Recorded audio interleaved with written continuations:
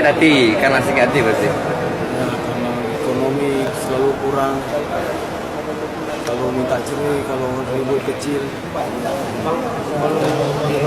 misal setiap hari minta cerai, terus saya sayang sama dia, minta cerai terus. Terus kenapa hal itu? Saya kesal. Kesal. Terus anaknya kenapa? Kok dibunuh?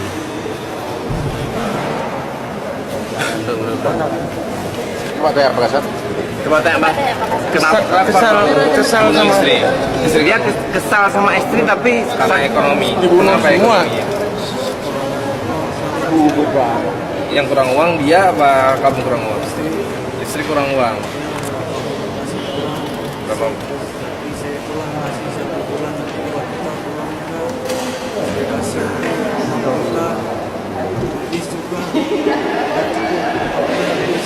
Terakhir saya pulang dari Maluku. Istri kurang ya. Uang dia marah-marah besar di situ.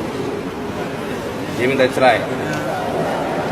Terus kamu nggak mau cerai? Nggak mau cerai. Karena Saya sayang sama dia.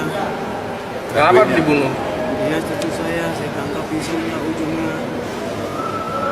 Terus saya buang, saya peluk lagi dia. Dan rumah. Terus anak kenapa kamu? Dia corong saya lagi. Dia mau ambil pisau itu lagi yang saya buangkan. Daripada saya ditusuk, saya tusuk dia. Terus kenapa anak-anaknya dibunuh? Kesal.